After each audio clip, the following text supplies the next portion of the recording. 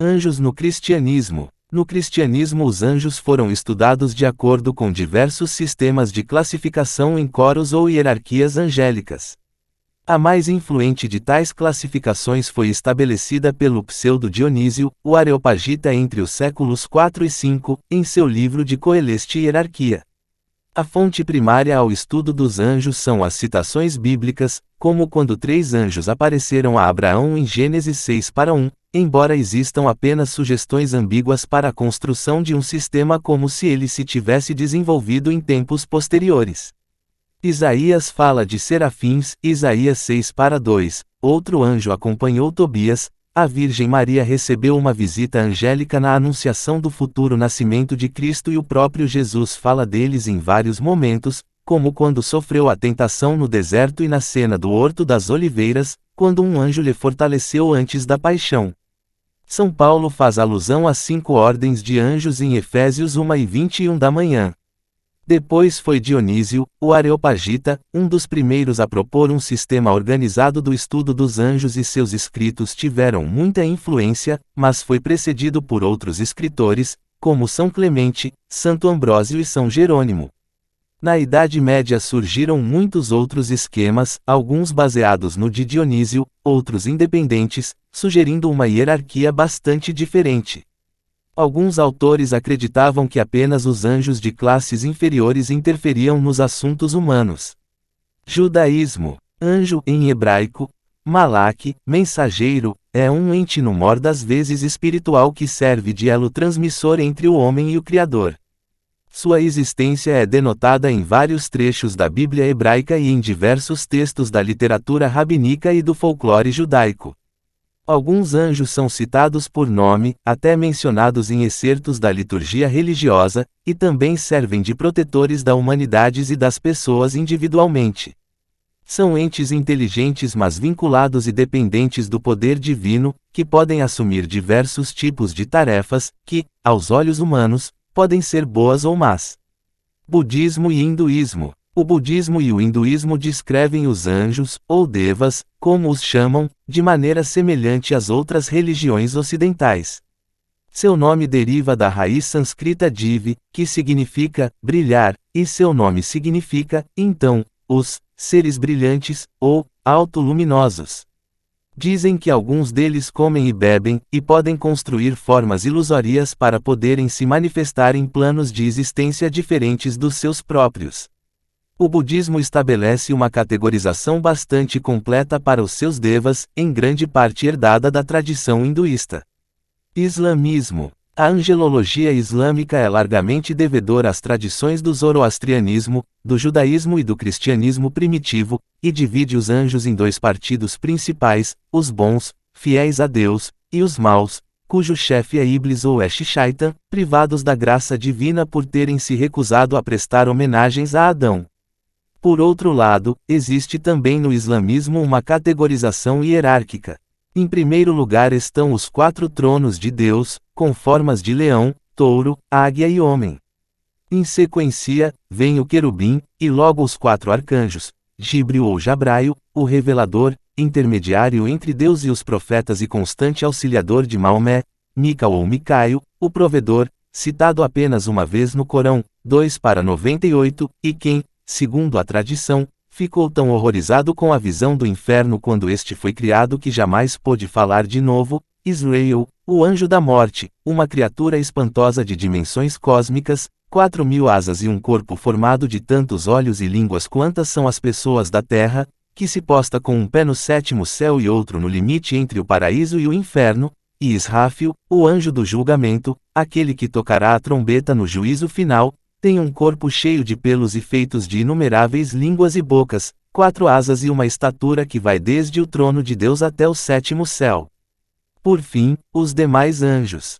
Como uma classe à parte estão os gênios, ou djinns, que possuem muitas características humanas, como a capacidade de se alimentar, propagar a espécie, e morrer, e cujo caráter é ambíguo.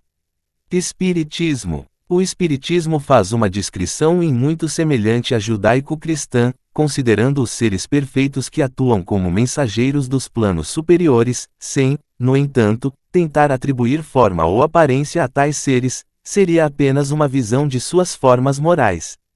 A diferença da visão espírita se faz apenas pelo raciocínio de que Deus, sendo soberanamente justo e bom, atributos que seguem-lhe a perfeição, ou seja, Deus não precisa evoluir, já é e sempre foi perfeito e imutável, não os teria criado perfeitos, pois isso seria acreditar a Deus a capacidade de ser injusto, face à necessidade que os homens enfrentam de experimentação sucessiva para aperfeiçoar em si. O Espiritismo apresenta a visão de que tais seres angélicos, independente de suas hierarquias celestiais, estão nesse ponto evolutivo por mérito próprio, são espíritos santificados e livres da interferência da matéria pelas próprias escolhas que fizeram no sentido evolutivo e de renúncia de si mesmos ao longo do tempo, sendo facultado também aos homens atuais, ainda muito materializados, atingirem, através de seus esforços morais e intelectuais nas múltiplas reencarnações, tais pontos de perfeição. Segundo Allan Kardec, os anjos seriam os espíritos elevados de benignidade superior que são protetores dos necessitados e mensageiros do amor. Seriam, portanto, aqueles que trazem mensagens do mundo incorpóreo. Por este motivo seriam chamados de anjos, palavra que significa mensageiros, os quais aparecem inúmeras vezes nos textos sagrados de religiões judaico-cristãs, indicando a comunicabilidade entre vivos e mortos. Ainda segundo o Espiritismo, os anjos, em sua concepção mais comumente conhecida e aceita, criaturas perfeitas, a serviço direto de Deus, seriam os espíritos que já alcançaram a perfeição passível de ser alcançada pelas criaturas. Estes, ao fazê-lo, passariam a dedicar a sua existência a fazer cumprir a vontade de Deus na criação, por serem capazes de compreendê-la completamente. Entretanto, a alma, qual criança, é inexperiente nas primeiras fases da existência, e daí o ser falível. Não lhe dá Deus essa experiência, mas dá-lhe meios de adquiri-la. Assim, um passo em falso na senda do mal é um atraso para a alma, que, sofrendo-lhe as consequências, aprende à sua custa o que importa evitar. Deste modo, pouco a pouco, se desenvolve, aperfeiçoa e adianta na hierarquia espiritual até ao estado de puro espírito ou anjo. Os anjos são, pois, as almas dos homens chegados ao grau de perfeição que a criatura comporta, fruindo em sua plenitude a prometida felicidade. Antes, porém, de atingir o grau supremo, gozam de felicidade relativa ao seu adiantamento, felicidade que consiste, não na ociosidade, mas nas funções que a Deus apraz confiar-lhes, e por cujo desempenho se sentem ditosas, tendo ainda nele um meio de progresso. De toda a eternidade tem havido, pois, puros espíritos ou anjos, mas, como a sua existência humana se passou num infinito passado, eis que o supomos como se tivessem sido sempre anjos de todos os tempos. Realiza-se assim a grande lei de unidade da criação. Deus nunca esteve inativo e sempre teve puros espíritos, experimentados e esclarecidos, para a transmissão de suas ordens e direção do universo, desde o governo dos mundos até os mais ínfimos detalhes. Tampouco teve Deus necessidade de criar seres privilegiados, isentos de obrigações. Todos, antigos e novos, adquiriram suas posições na luta e por mérito próprio, todos, enfim, são filhos de suas obras.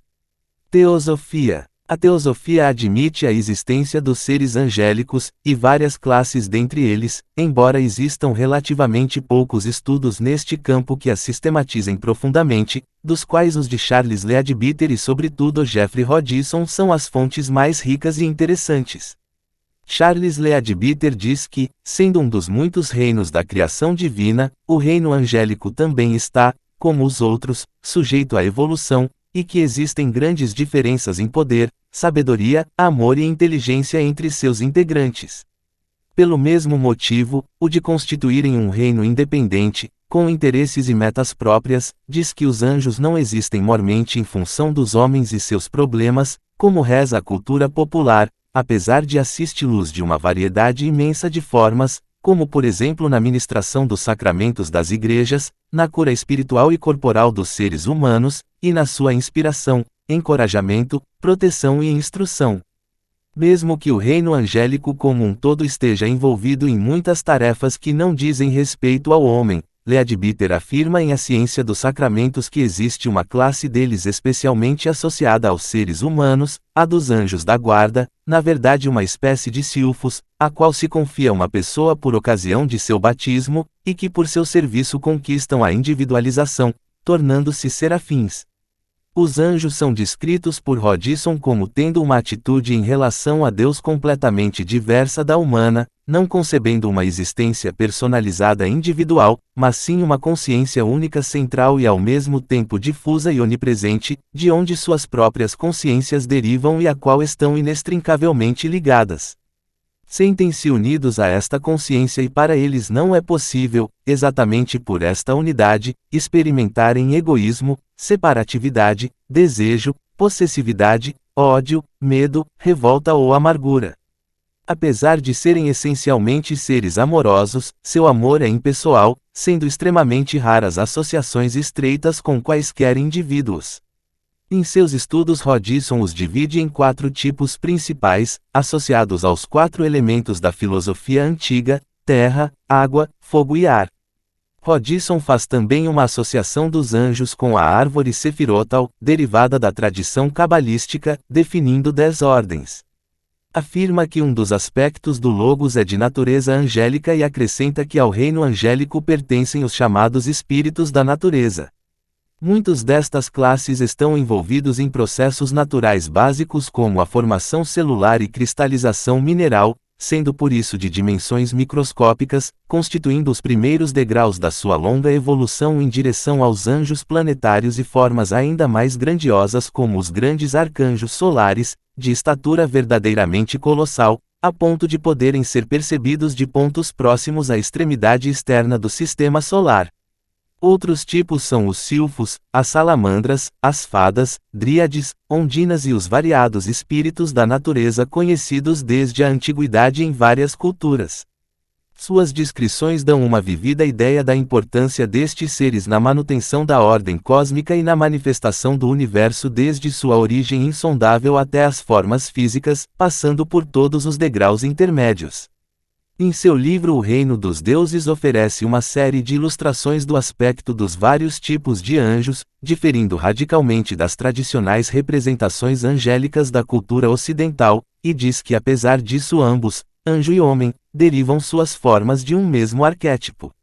Na literatura, pouco espaço foi ocupado pelo anjo na modernidade, sobrevivendo na literatura por meio do culto dos jovens.